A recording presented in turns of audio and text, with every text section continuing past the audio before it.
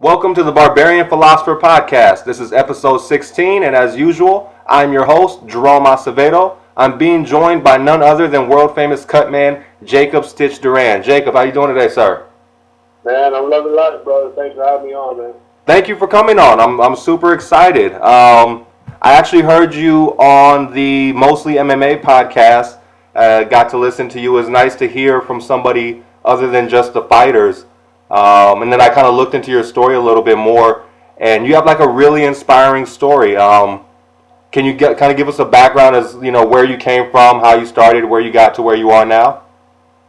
Yeah, no, I appreciate it, man. Yeah, it is. I'm kind of proud of where I started off at, and definitely proud of where I'm at now. But I grew up in the Central Valley of California, which is the agricultural capital of the world, and literally I grew up as a farm worker, so I was born and raised in a migrant camp. And if you look at my birth certificate, the address is CPC camp number 12 for the California Packing Company. So I'm about as down in the roots as you could get, man. But that gave me some humble beginnings, and it gave me some quality work habits and all that. And these are stuff that I brought to where I'm at right now. But so I'm quite proud of where I came from.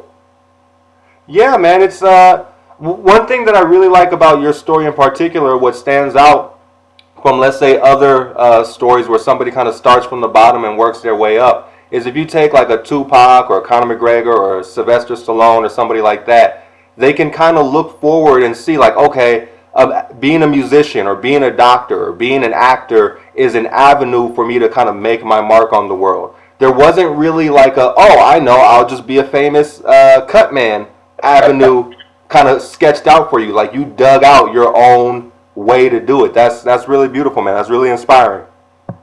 Yeah, listen, man. When I joined the Air Force in 1972 to just get out of my little town, and I didn't know what to expect. I know I didn't want to be picking tomatoes and cotton and peaches all my life. So I was a young kid, and I joined the military and got out of there. But I didn't know what to expect. But whatever came towards me, I always made sure that I challenged it and, did the best that I could do. And, I saw my first Muay Thai fight in Thailand in 1974.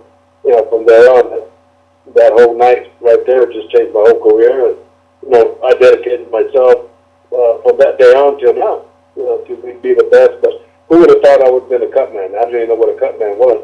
But here I am talking to you now. Yeah, man. So you mentioned being introduced to Muay Thai while in the Air Force. I want to ask you real quick, because I am kind of into like, the self-improvement and the mental side of things. Do you think that there was any like main attribute that allowed you to carry yourself from where you were to where you are now? Like a primary key to success, if you will. Well, yeah, and that was actually the same groundwork that I had, when I joined the military, was just to go for it, and I guess, starting off where I was at, there's no place to go but up, right? Right. But, like joining the Air Force, I was going to go in with a friend of mine, and he kind of cheesed up the last week. So that was my first stage of being scared to do something, But I realized that, to get where you have to get, there's going to be moments like that, and you're going to have to just run over these obstacles and do it. But, yeah, being disciplined, and being focused is what really got me where I'm at right now. And, having the desire to always accomplish things, not so much for the money, but more for the accomplishments of saying, what, I did it. And those really are the driving forces, even to now, where I'm just looking at the future and thinking, well, what mountain am I going to climb, and, how am I going to do it? So I never quit on that, man. Just keep going forward and see what the future holds for me. And, I know at my age, I'm 65 years old, a lot of guys are retiring. Shit, I'm just getting started, brother. we could talk in 5 years, I'll let you know where I'm at. Okay. That sounds good. So you said, you went to the Air Force, you were introduced into Muay Thai. I know you said it started out, I know in one of your interviews you were saying it started out as Taekwondo, and then eventually the Thais kind of took over. Yes. And you started training Muay Thai there. Did you ever compete, either amateur or pro? Yeah, we did some shows at the base, and like I say, for the Falongs, as they call them, the foreigners, we're for the most part, we were non-existent in the sport. And so the only thing that, they had on the military basis were karate tournaments. I would join those. We would join those. And matter of fact, I remember we went to Bangkok, and I based in Bangkok, in KP, and the instructor then was saying we couldn't use the Muay Thai system because it was too hard. It wasn't a point, karate point thing. And my instructor said, what are you talking about? So yeah, I was right in the early stages of the Americans, the foreigners getting involved in that. And I did a couple small amateur shows on the base, at the NCO club. And it was just me. But yeah, all the Thais, man, leaving the gym, going back to the barracks after training with all the cab drivers, they all called me Bruce Lee. And, they all want to, start throwing low kicks at me and just kind of messing with me as I went along. But, I had a great time, man. And knowing what I know now, it's, I'm glad that I got to experience what I did. I got to go into Buddhist monasteries and have rights with head monks and, did everything. But, yeah, just, being a fighter, Americans just weren't even fighting. And matter of fact, when I got back to the States, I think PKA was just getting going, and that was everywhere else but where I grew up at, so, and then that's why I went into the boxing, and I started at King's Gym in Oakland, just kind of, perfect my hands, because on the legs and the knees and the elbows, I was pretty good at that, but I knew that I lacked some skills with my boxing, and that's how I got into the boxing world. Okay, nice. You mentioned kind of being known with like the cab drivers and different, just people around on the streets. Do you have any like personal street fight stories that you can share? Man, yeah, it's funny you say that, because we were just talking about that the other day. When I got back, I was in pretty good shape, and I know I was in San Diego with my brother, and we had just come across the border from Mexico where we parted, so we're a little drunk, and we're in the parking lot of his apartment, and this guy is arguing with his girlfriend, and my brother yells at him, "Shut up!" And anyway, he comes down and has that cocky attitude, and I end up doing a spin kick and dropped him right then and there. And my glasses kind of proved like 10 feet away, and it's nighttime. After that, I'm looking for my glasses, right? And then I went to a Mexican wedding back in the Bay Area, and actually, obviously, we got in a fight with the bride's father and all the guys there. We were kind of uninvited to the wedding, and I just kind of slapped father around until I heard the cops coming, the sirens, and I always wore glasses, and somebody grabbed me in a headlock, and I had wire rim glasses, so he kind of cut me up in the eyebrow. We laughed about that, but yeah, I'm not much of a violent guy, but I guess when you have a couple beers and you get kind of macho, and those are the moments where I kind of did what I had to do, brother. Right. Get that liquid lubricant going on. Bring out a different side of yourself. Yeah, and then just sit back and laugh. You know how it is, man. Yeah, man, no question. So you came back down. It was funny. I'll tell you another story. I went back to my little town, and it was like 1,500 people, all Chicanos, doing a Mexican fighter. And this one friend of mine, actually my brother's friend, Junie, had just come out of the Marines, and he knew I was in the Air Force, and obviously the Marines were a little bit bigger during the Vietnam War. So he got in his karate stance and said, "Show me, Duran. Show me." And I said, "No, Junie, no, that's all right, man." He kept messing around. Show me. So I'm like 3 feet away from him, and I threw a kick, and I just snapped it right on his neck. Boom, and just kind of pulled it back and all that. And years later, I go back home, and he said, "Man, Duran," he goes, "I don't know what happened." He goes, "But I almost stabbed you." So those are, some of the fun moments we had. You just never know, brother. Yeah, for sure. You said that, so now you come back, you're in the States.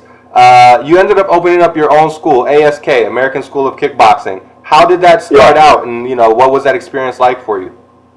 Well, it was kind of crazy because, when I got back from Thailand, I finished up my tour in South Dakota, and, there I joined a karate tournament, and, I just kind of looked at everybody, and one guy says, "You're kicking too hard," and I'm thinking, I said, "Huh?" I never understood that.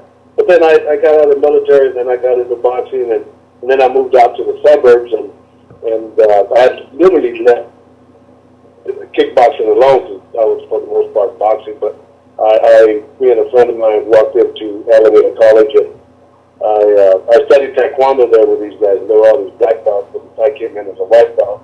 I just did it just for the hell of it. And so the guy is sparring with all the students and he's kind of whipping on everybody. And it just happened to be I was like one of the last ones, and I got him and I just kind of slapped him around, and and this girl, I sat down and the girl said, "Oh, I was going to quit because I, value of this. But God, you did so great."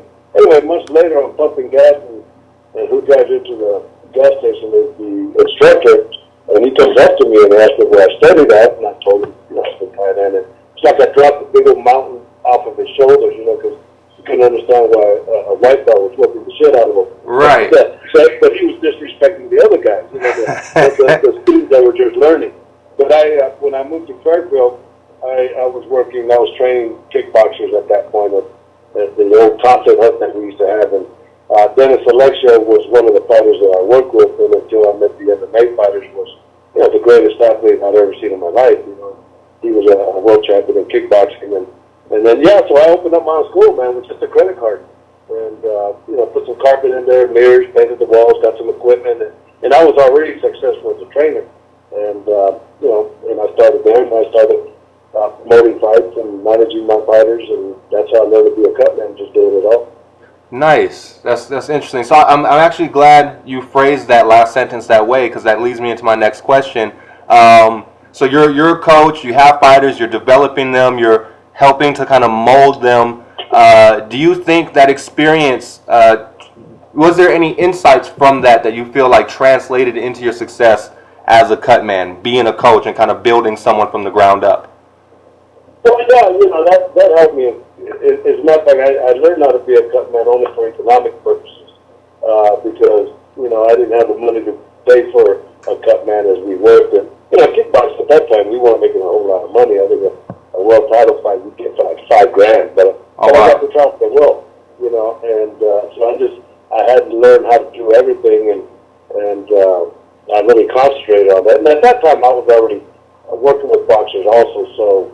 And that during that era, the only Cutman was boxing Cutman, and the old school Cutman would basically not even show you what they had. So I just kind of be in one corner of the dressing room and just kind of looking at this guy from a distance and trying to figure out the formula that he's using for wrapping hands, and then I practiced on my own, and I remember I did some fights at the Richmond Auditorium in the Bay Area, and this guy did a nice job on a cut.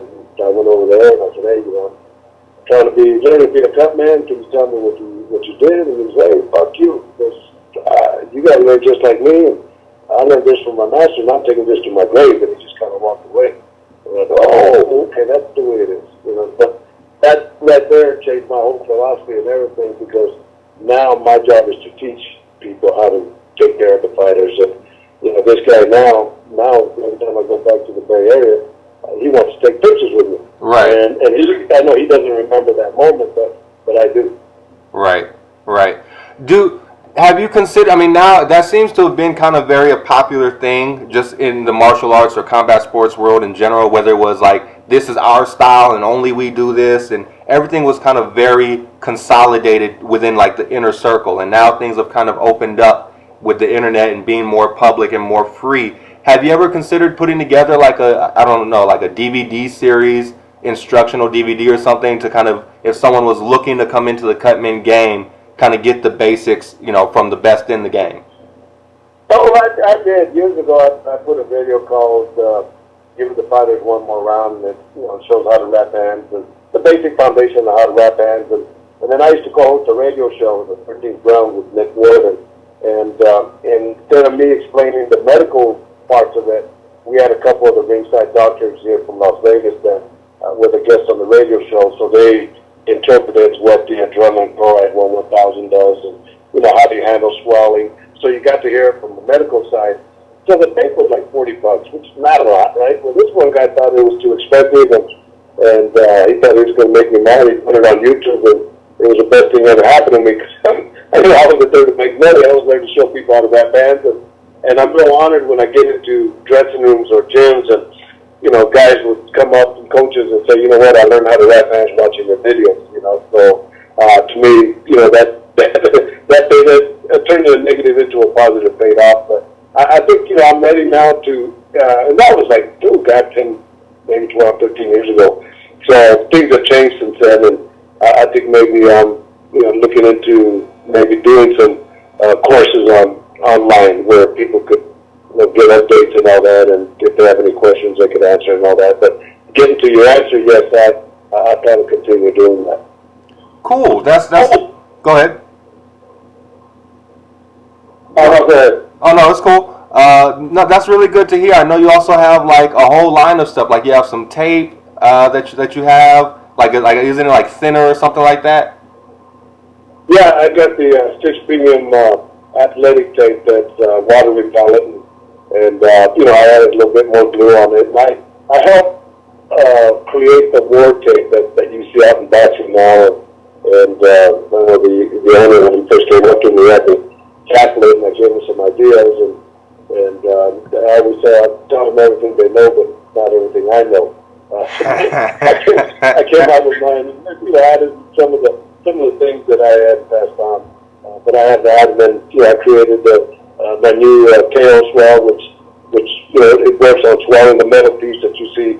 We apply on the swelling, and mine is curved to go with the contours of the cheek and the eyebrows. That's where the majority of the swelling goes. And I've introduced Quick Aid, which is a new 100% natural seaweed-based medication that stops bleeding in a heartbeat. Wow. So, I'm there to try to improve the game and make it safe. But I can tell guys, coaches show a fighter how to fight, but nobody shows a coach how to take care of the fighter. That's the legacy I want to leave behind. That's beautiful, man. It's really nice when you can see people kind of leaving their imprint and their mark. I think we all kind of have that desire to be remembered for something when we go, and for sure you made so many contributions to the sport that's pretty much set in stone for you. Yeah, that's it. I mean, it's never been about the money or anything like that. It's always been about that little kid that grew up as a farm worker making a difference in the world, and that's really my biggest motivation. And when I was back home years ago, I'll never forget the quote, but Polo Perez, a good friend of mine, said, Jacob, you really inspire us, because I'm like the big shit back home, right? And he said, you really inspire us. They were in the back weekend and all that. And as I'm driving back to Las Vegas, which is like a 9-hour drive, that quote just kind of runs in my mind, and I come to the conclusion that me inspiring them is what inspires me. So like I'm in London for the Klitschko fight with 90,000 people, and I'm at the center, and who do I think about? I think about my friends and family that I grew up with in Granada. That's my big motivation. Nice. So you've been present for probably more fights than you can count. What was the most gruesome fight that you were present for?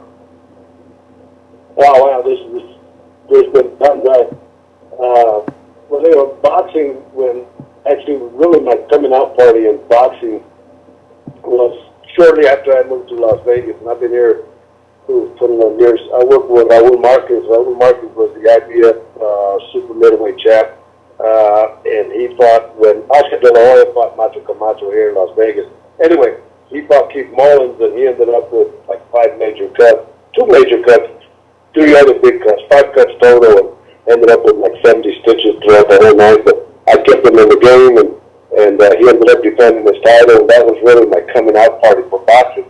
But in the MMA world, there's, man, you can name them. There's handfuls of them, But I think, actually, I'm just looking at photos. The last when Robbie Lawler fought Roy McDonald, that was my last big UFC fight. And if you remember that gash that Roy had in his lip, I just saw Roy the other day in Bellator, and he brought up that lip, but he had a big gash on his lip, but people don't realize he had like a 3-4 inch gash on top of his head, and I kept him in the game.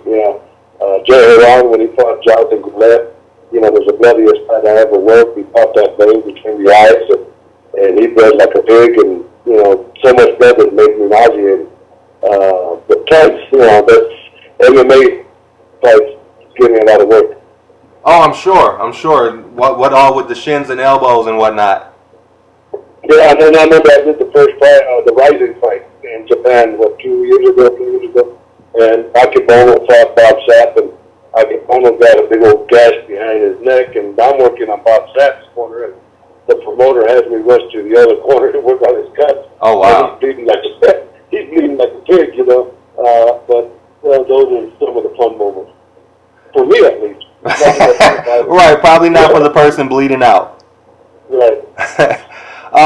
So, okay, you're there in the corner and you're watching the fight and things are going on. The guy's getting banged up. What are some of the things that you're looking for? Like, what are some of the key elements that you're taking note of in preparation for when they return to the corner?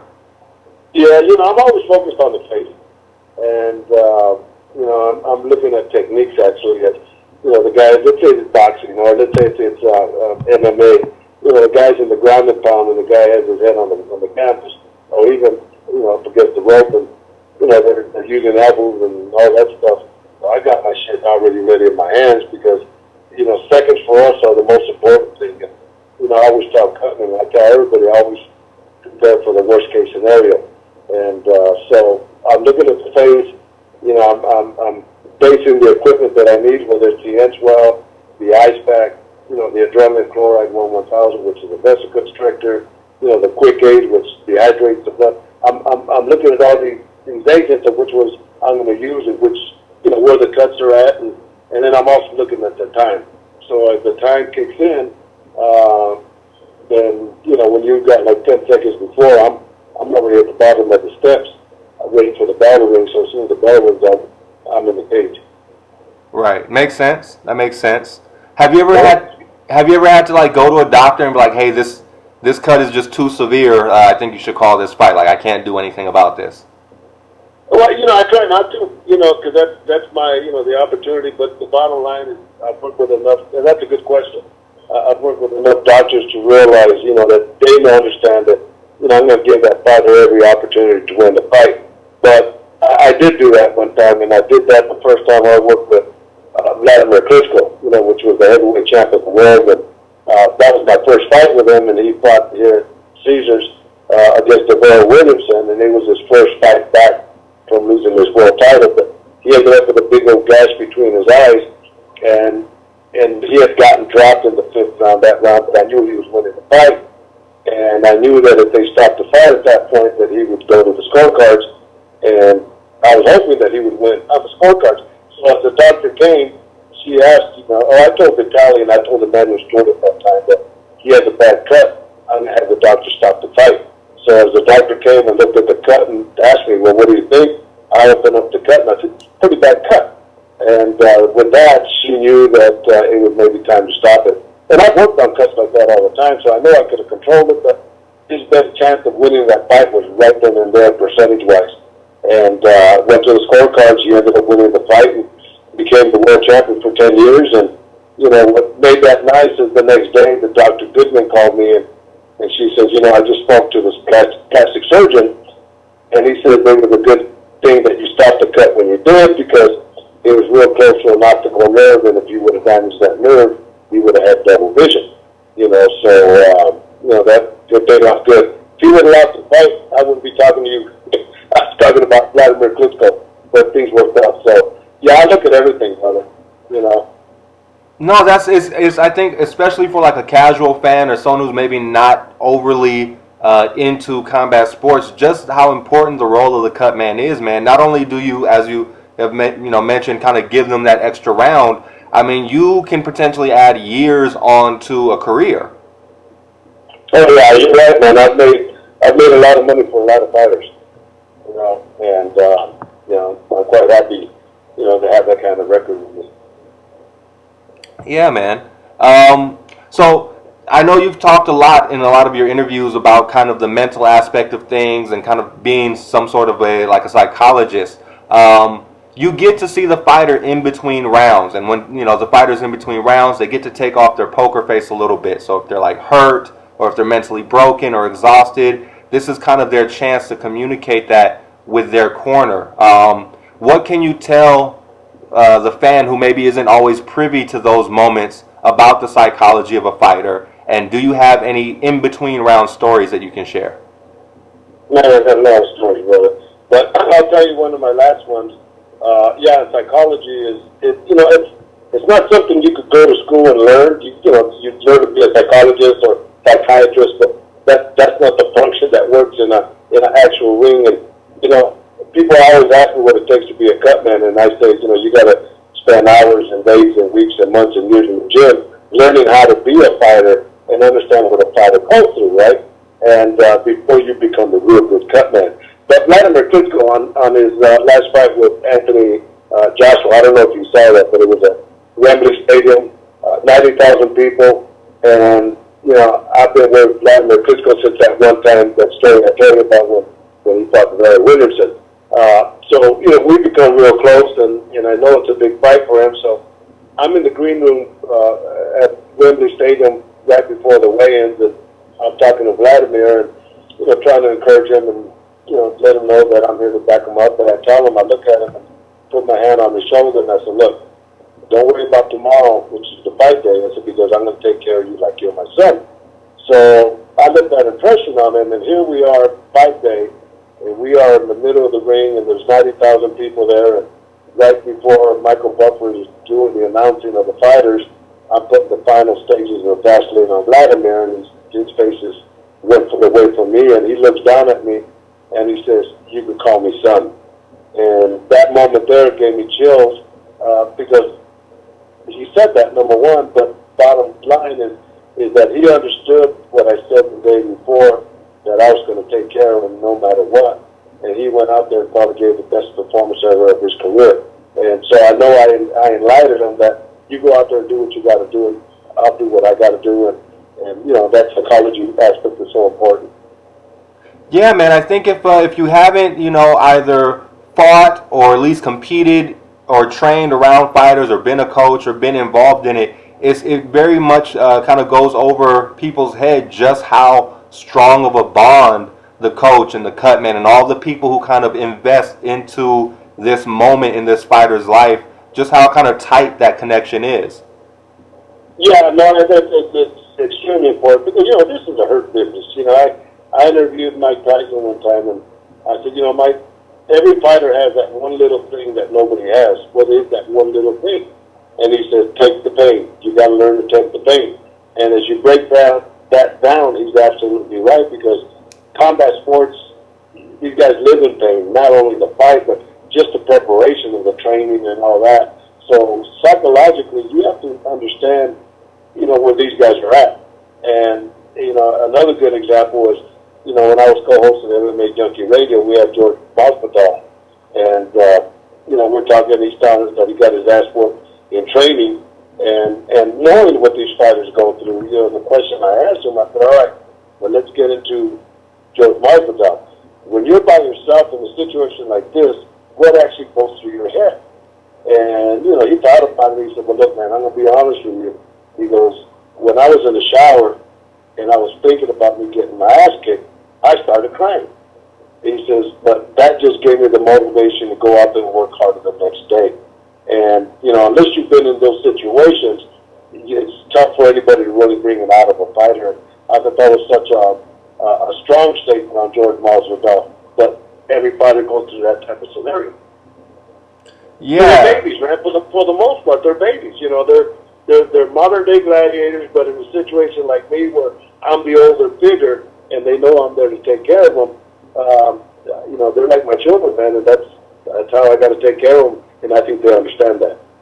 Yeah, no, that connection whenever I watch and I see you kind of interact with the different fighters, there definitely seems to be that kind of a soothing, fatherly vibe about how you interact with them.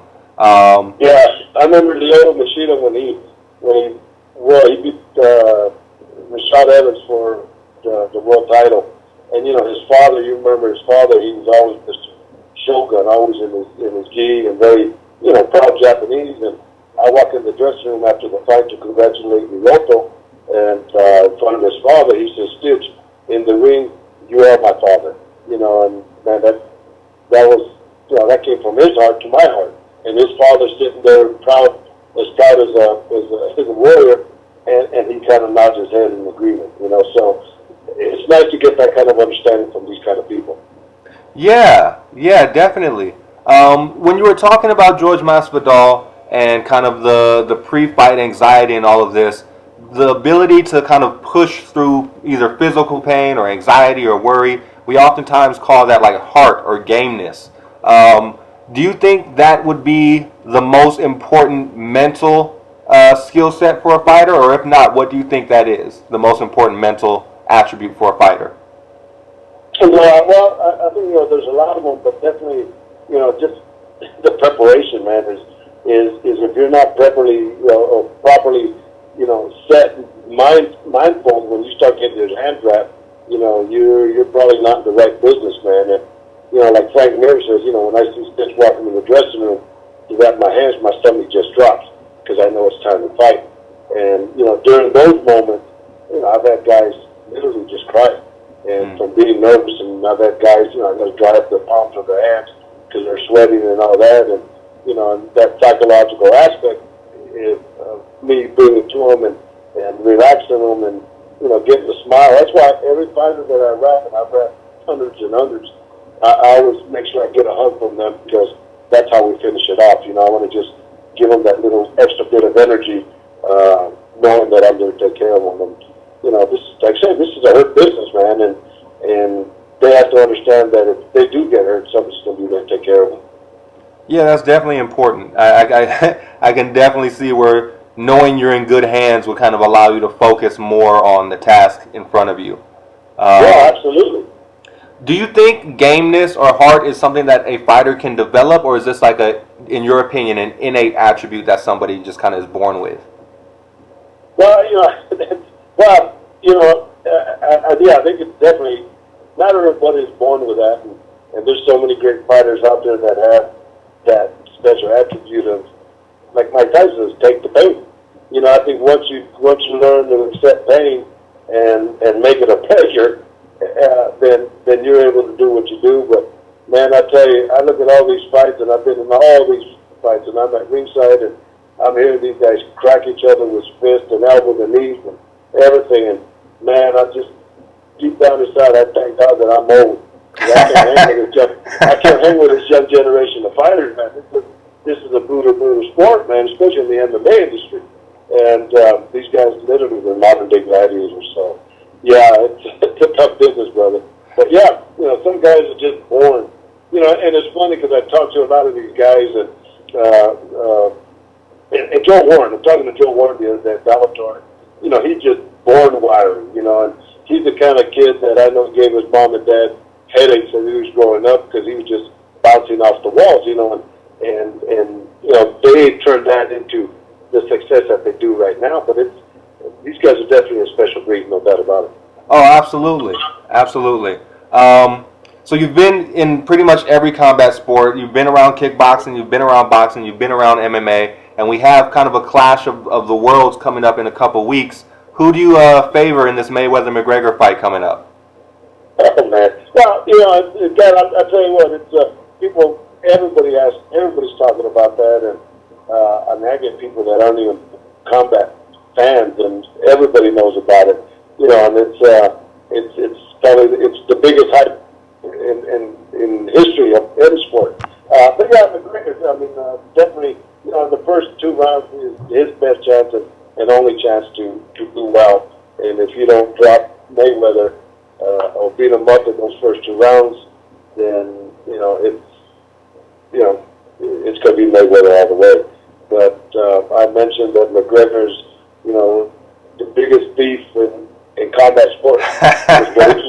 What he has accomplished, win or lose, is he has accomplished what nobody else has done. Is convince Floyd Mayweather to come out here and do a show and get paid millions and millions and millions of dollars.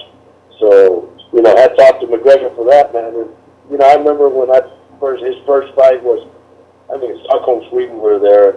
He fought, and I was real impressed with him. And I went and complimented him and John Kavanaugh on what a tough kid what he was. And look at him now, So, bless his heart, man. He accomplished what nobody else is ever going to be able to accomplish. Once you do that, you're going to shoot your wad and all that. Nobody's going to want to see it again.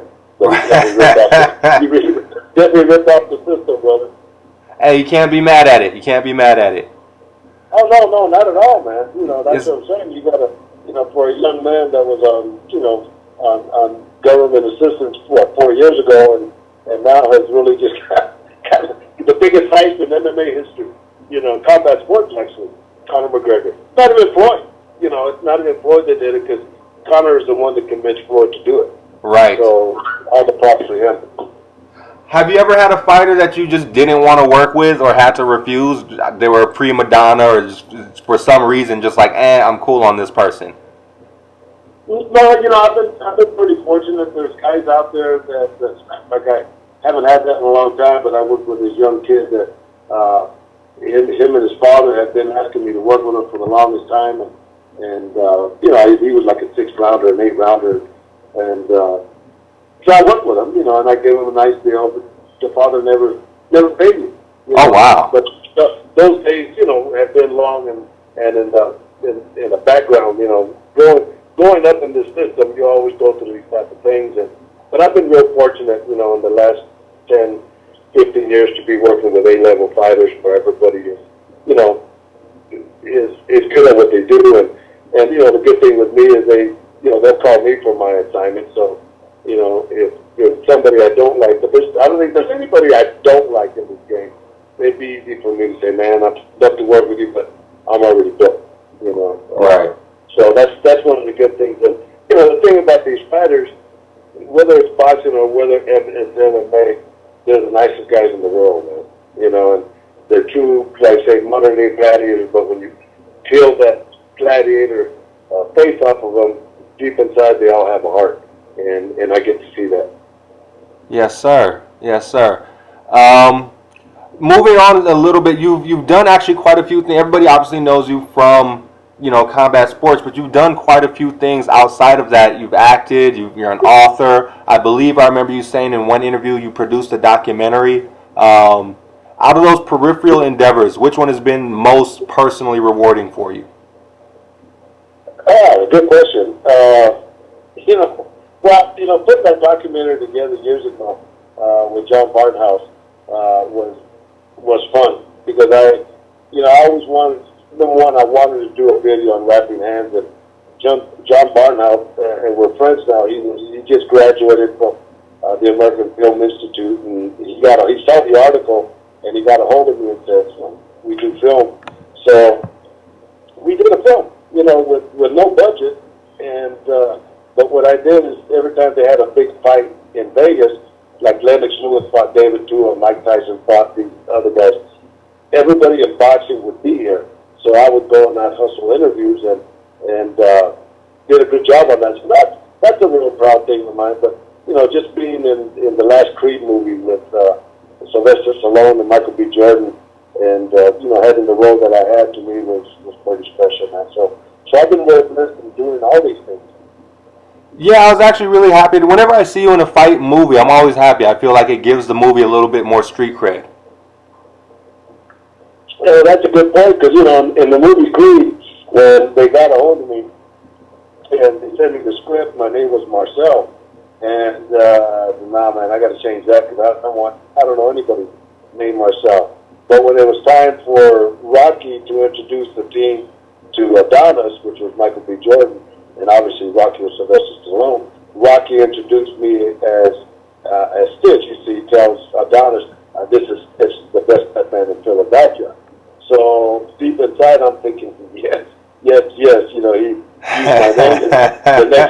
The next day, I tell Sly, I said, "Look, I want to thank you for using my name." And just like you said, he goes, "No, it has to be authentic," and that's why I did it. And so I was real pleased with that. So I've been real blessed, man. What was the title of that documentary if somebody wants to try to, search it up or find it? Well, it's still in the shelves. It's called Boxing's Nightmare. It deals with all the heartaches that fighters go through. And like I said, Mike Tyson, when I interviewed him, I interviewed him for this documentary. But, I made the mistake. I was a young guy, and so was John Barnhouse. We made the mistake of going to the Don Kings and the Barbarians and the Showtimes and the HBOs. And those, knowing now what I know now, those were the wrong people to go to because we brought up a lot of the issues that affect boxing even till this point, with the fighters getting screwed by their managers and fighters, going into fights injured and, fighters living the poverty level, all the things that make it the boxer's nightmares. We kind of brought these up to the forefront, and I presented it to these guys, and yeah, these are the group of people that want to show this type of film, Right. Because it's going to affect them, right? And so it's in the back burner right now, and who knows? We might just thought about down the road as things get a little bit more organized, is to reboot it and bring that one out and just add to, this is the way it was 15 years ago, and this is the way it is now, that mixed martial art. Because at that time it was only boxing. So maybe now I'll update it and get those in, keep those interviews with Mike Tyson and Fernando Vargas. That's when he was fighting Trinidad, and Bill Cortez, Mills Lane before he had his stroke, and Mark Ratner now that is commissioner that works with the UFC, Eddie Mustafa Muhammad.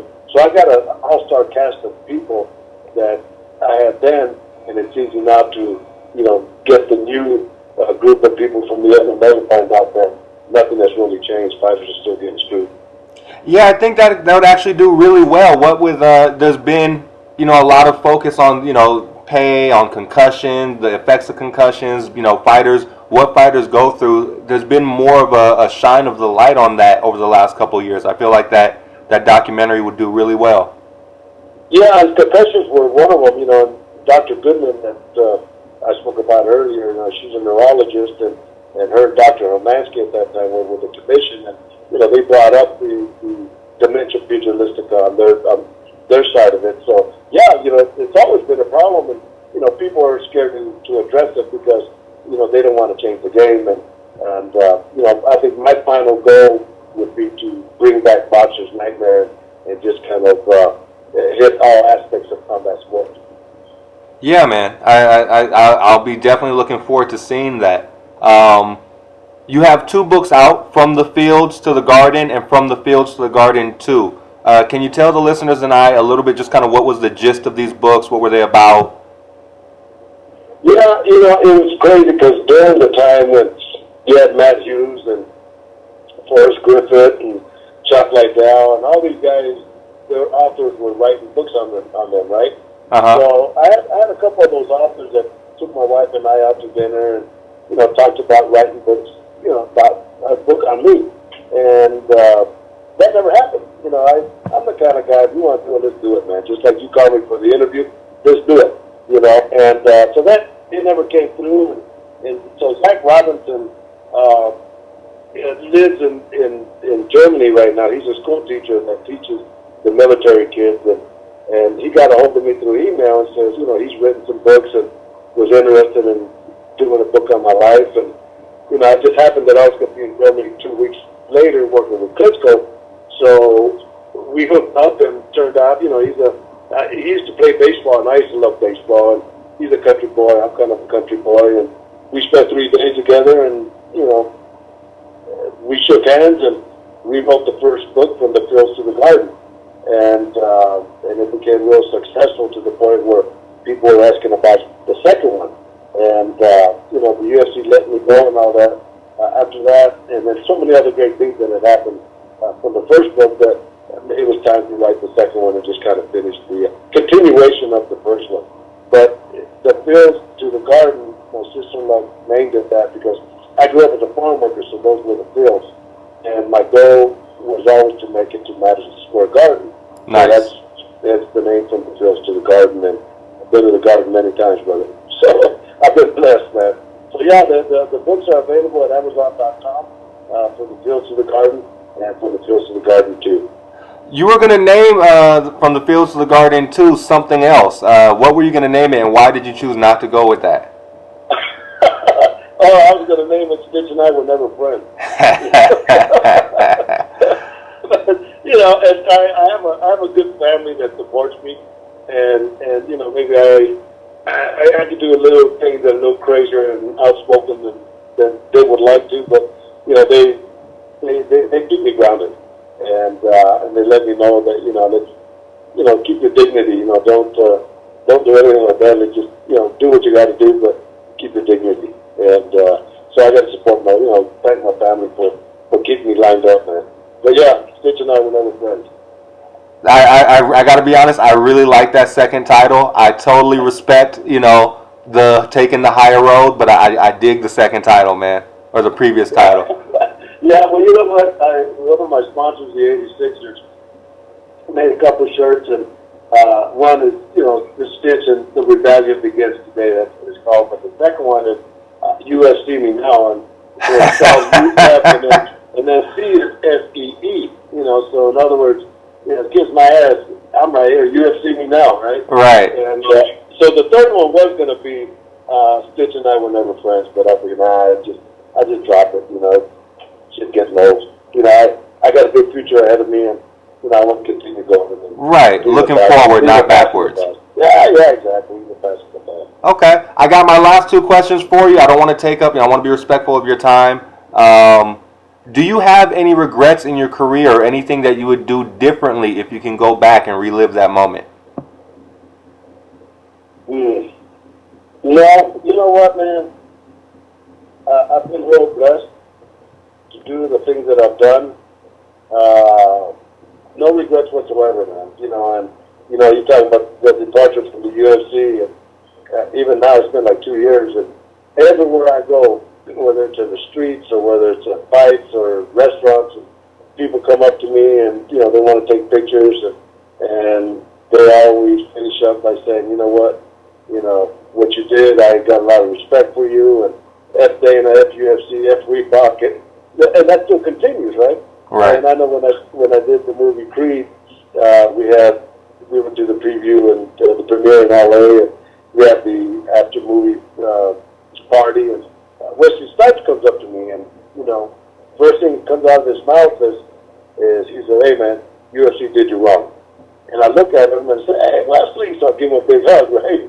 And so that was, so the world knows. So I'm quite satisfied, and what has happened from other promotions and other people throughout the world is I'm getting a lot of work, and I'm traveling the world, and things have been good. So I have no regrets, man, doing what I've been doing. And I think the proudest things of my whole career to this point is that everything that I've done, I've never asked for one job. Nice. Just a project. I know that I just can't go out there and kick somebody's butt and all that. Right. So I had a chance of working with Floyd, and I was that's when he was going through auditions on different cutmen wrapping their hands, because Floyd had problems with his hands. And I happened to walk in the top ranked 10 years ago, and this one guy's wrapping his hands, and right off the bat, I tell my friend, stuff is too tight. So Floyd, and at that time, James Prince with his manager, they walk into the dressing room, and less than a minute later, they're coming back and they're cutting off the wraps. And if I wanted to be disrespectful to the cutman, I would have said, "Hey, Floyd, let me wrap your hands now." But out of respect to him, I didn't do it. And then luckily, Rafael Garcia, which was the older man with the pen, he was the next in line, and he got the assignment. But I'm glad that he did, because he was such a good man. But yeah, I didn't want to step on nobody's toes. So no regrets whatsoever, man. I'm proud, quite happy doing what I'm doing. That's beautiful, man. It's always nice to be able to walk around without having that extra weight of a regret on you. My last question here is this. I'm a firm believer that mastering or at least developing competence in a skill set always has lessons that cross over into real life. So perhaps maybe if I'm a wrestler, I might walk away with the life lesson of the importance of tenacity. Or maybe if I'm a carpenter, I might be able to apply the measure twice, cut once philosophy to life. Have you learned anything as the best cut man in the world that transcends into general life lessons? Yeah. These are lessons I pass on to my children. Is obviously the first one is always prepare for the worst case scenario, and it's easy to prepare for something that's easy, but mentally and physically, you always prepare for that worst case scenario. If it never happens, great, but if it does, you prepare for it. And then numbers, numbers and angles. That's the thing I always teach my kids and people is, and even young folks is in life, study numbers as much as you can, because that's what the whole life is based on. It's based on numbers and then angles and timing. Mm. You know, and those are just not only in combat sports, but in anything in life. You know, if you look at life, everything you do. I mean, you look at your clock right now. How many minutes have we been on? Those are numbers. Right. How many questions did you ask us? Those are numbers. You know, so everything is based off of numbers, and if you understand that, then I think you're doing all right. And you know, one of the things I always want to instill on people, and I do on my kids and others, is iron your clothes. You know, it's my biggest pet peeve is wrinkled clothes. I don't mind if you start off wrinkled, or if you end up wrinkled. Man, if you don't start off wrinkled or iron with your clothes iron, to me it's a discipline factor, nothing more than that. And but I got my kids ironing their clothes every morning. I mean, definitely, you know, and these are adults.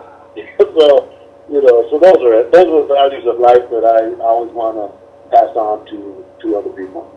Man, Stitch, thank you so much for calling in. This is like my favorite podcast thus far. I'm like super honored to have been able to speak to you, man. Thank you very much. No, my problem. Oh, that's not my problem. My pleasure. And you know, this is what I enjoy doing. And you know, as I close up this interview, I'll give you a little story of Randall Cunningham. You remember Randall Cunningham was a quarterback for the Philadelphia Eagles? Okay. And so years ago, before I moved to Vegas, we did a kickboxing show here, and I was nobody at that time, and me and my three brothers we have an after fight party, and we're talking to Randall Cunningham. He's a big celebrity at that time, and one of Don King's guys comes up to him and says, "Hey, Randall, I need to talk to you." And he looks at the guy and says, "Hold on, let me finish talking to these guys." And we were nobody, and he was, you know, and I thought, wow, you know, that was such a respectful thing that he did, that this is something that I have done with fans also. And, you know, I get fans that come up and say, "Hey, man, I hope it's not about us, man." It's when you don't ask it that it's about it. Right. You know, so, you know, I got so much respect for the fans, because without the fans, and I tell fighters, man, for every fan you get on your side, that's like $1 in your pocket, brother. You know, so you got to respect that. And then even when I used to co-host my radio show, you know, Emmanuel Stewart was a big guy. He was like the mega guy in boxing, and every time I would call him to do an interview, he would always come through. So those are values that I always want to give back, because I understand you, like in the media, it's important for you to have communications, number one, and you see I always communicated back with you. Yes. And then have people do things on time, and you know, that's just a respect factor. And I think, you know, if we have that, we're doing pretty good. Man, that was beautiful, man. Thank you so much. I'm going to let you go. I don't want to hold up your time, brother. Thank you. I really appreciate this. All right, my man. Well, it's a pleasure. And talking about numbers, it's been 53 minutes and 32 seconds. Yes, sir. We'll leave it at that. All right, brother. You have a great day, man. All right, thanks. Bye-bye. Bye.